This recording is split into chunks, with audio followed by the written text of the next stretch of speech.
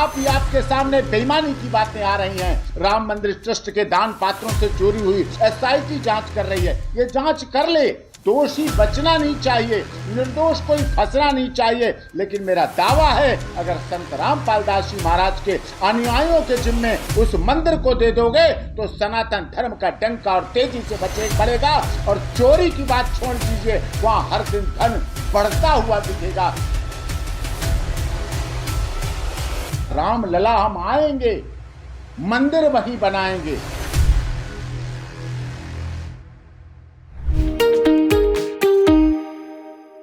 नमस्कार, ऐसी न्यूज़ में स्वागत है। हम आज बात कर रहे हैं एपी सिंह जी से, जो सुप्रीम कोर्ट के वरिष्ठ अधिवक्ता हैं और उन्होंने बहुत सारे ऐसे केसेस देखे हैं। साथ में बात करेंगे हम संत रामपाल जी महाराज जी की, जो अभी 13 साल रह कर के आए हैं। साथ में उन्होंने ऐसे कार्य किए हैं, उन्होंने करीबी से देखा है। अब बात यहाँ पर हो रही है उनके बारे में, संत रामपाल जी महाराज जी के बारे में। क्या संत रामपाल जी महाराज जी का जैसा कहना है, उन्होंने बोला है कि आने वाले 4 सालों में जो सनातनी जो है, असली सनातनी जो है, उसकी स्थापना हो जाएगी। देखिए, संत रामपाल दास जी महाराज ने लगातार ये संघर्ष किया है। उनके कार्य, उनकी कार्यशैली, उनकी कार्य प्रणाली, उनकी कार्य क्षमता, वो जेल धाम में थे तब भी उन्होंने देश के लिए, जेल धाम में रह के कभी उन्होंने बेल की बात नहीं की, केस की बात नहीं की। मैं इतने वर्षों से लगातार मिला, उन्होंने कभी नहीं। उन्होंने क्या बात की, किसानों के साथ क्या हो रहा है, किसानों के लिए हम क्या मदद कर सकते हैं, छात्रों के लिए, छात्राओं के लिए, बच्चों के लिए, रोजगार के लिए, स्वास्थ्य के लिए, रोटी कपड़ा मकान और शिक्षा के लिए हम क्या कर सकते हैं। और उनके अनुयायियों का धन्यवाद करता हूँ, संगत का धन्यवाद करता हूँ। उन्होंने परम पूज्य गुरुदेव जी का अक्षर सा पालन किया और संत रामपाल दास जी महाराज को कार्यों ने, उनकी कार्य प्रणाली ने उन्हें भगवान बना दिया। कोई जन्म से भगवान नहीं बनता है, कार्यों से, कार्य प्रणाली से भगवान बनाने का काम उन्होंने अपने ऐसे कार्य किए जिनकी वजह से वो संत रामपाल दास जी भगवान बने हैं, भगवान बनाए गए। किसने? खुद नहीं, वो कभी नहीं कहते अपने को दास कहते हैं।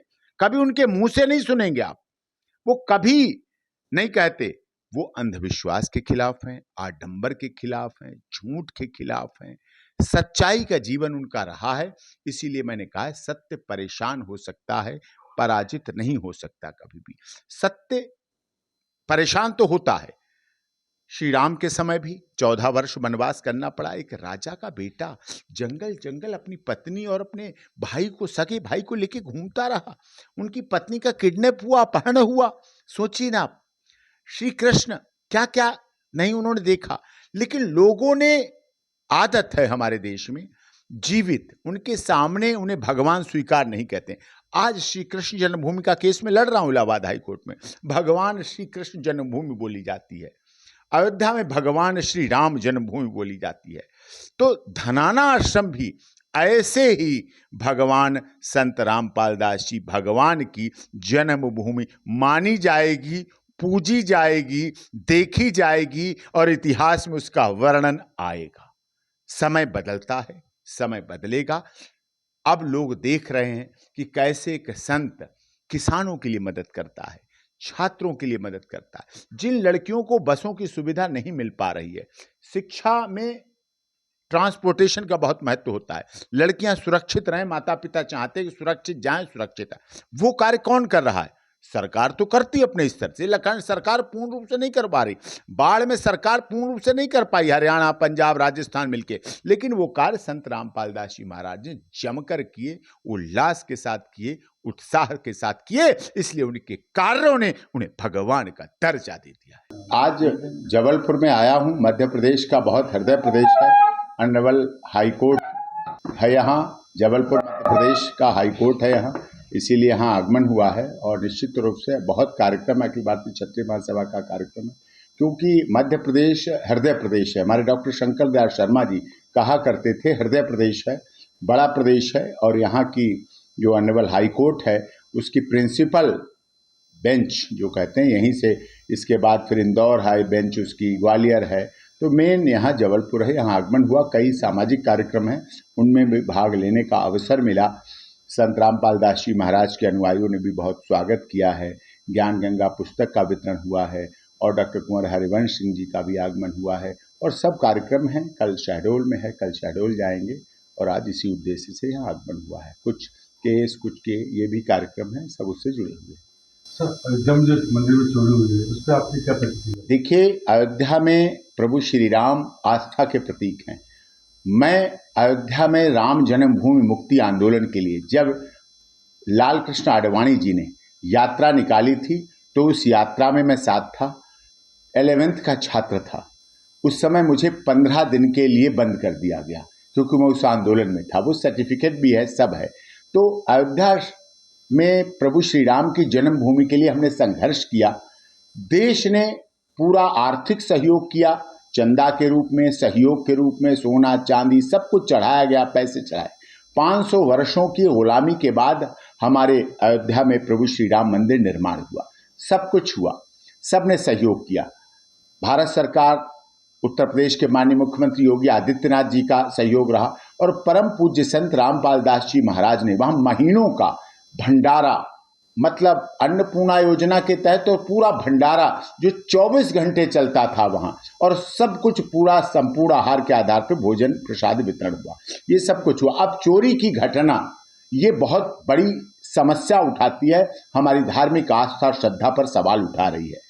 और अगर ट्रस्ट पर नहीं संभल रहा है, चंपत राय जी पे नहीं संभल रहा है, और उस ट्रस्ट में पहली बात तो उन क्रांतिकारियों को नहीं रखा गया जो आंदोलनकारी थे, जिन्होंने उस मंदिर के निर्माण के लिए कहा था राम लला हम आएंगे, मंदिर वहीं बनाएंगे, और उन कितने लोगों पर गोलियां चलाई गई निर्मम सरकार के द्वारा। हत्याएं हुई, सरयू खून से रंग गई, लाशों को रेत से भर भर के दबा दिया गया, सरयू लाल हो गई थी। फिर भी राम लला हम आएंगे और मंदिर वहीं बनाएंगे का नारा कम नहीं पड़ा। एक एक ईंट निकली घरों से और राम लला के नाम का वहां निर्माण हुआ। आज चोरी की घटना दुखद करती है। अगर उन पर नहीं संभल रहा है तो आप, मेरा दावा है, मेरा विश्वास है, अगर उस कमेटी पर, उन ट्रस्ट पर, ट्रस्टियों पर लोगों का भरोसा नहीं, खत्म हो गया है। ट्रस्ट का मतलब भरोसा होता है। अब भरोसा जब खत्म हो गया है तो आप उस मंदिर के रखरखाव, देखभाल और व्यवस्था की जिम्मेदारी संत रामपाल दास जी महाराज के अनुयायियों को दे दीजिए, उनको सौंप दीजिए, उनके जिम्मे कर दीजिए। मेरा दावा है अभी तक आपके सामने चोरी की बातें आ रही हैं, अभी आपके सामने घोटाले की बातें आ रही हैं, आपके सामने बेईमानी की बातें आ रही हैं कि राम मंदिर ट्रस्ट में बेईमानी हुई, राम मंदिर ट्रस्ट का चंदा चोरी हुई, राम मंदिर ट्रस्ट के दान पात्रों से चोरी हुई। कहीं चंपत राय जी, उनका ड्राइवर, कहीं एसआईटी जांच कर रही है। ये जांच कर ले, दोषी बचना नहीं चाहिए, निर्दोष कोई फंसना नहीं चाहिए। लेकिन मेरा दावा है अगर संत रामपाल दास जी महाराज के अनुयायियों के जिम्मे उस मंदिर को दे दोगे तो सनातन धर्म का डंक और तेजी से बढ़ेगा। और चोरी की बात छोड़ दीजिए, वहां हर दिन धन बढ़ता हुआ दिखेगा, जितना आएगा उससे अपने आप 2 गुना हो जाएगा।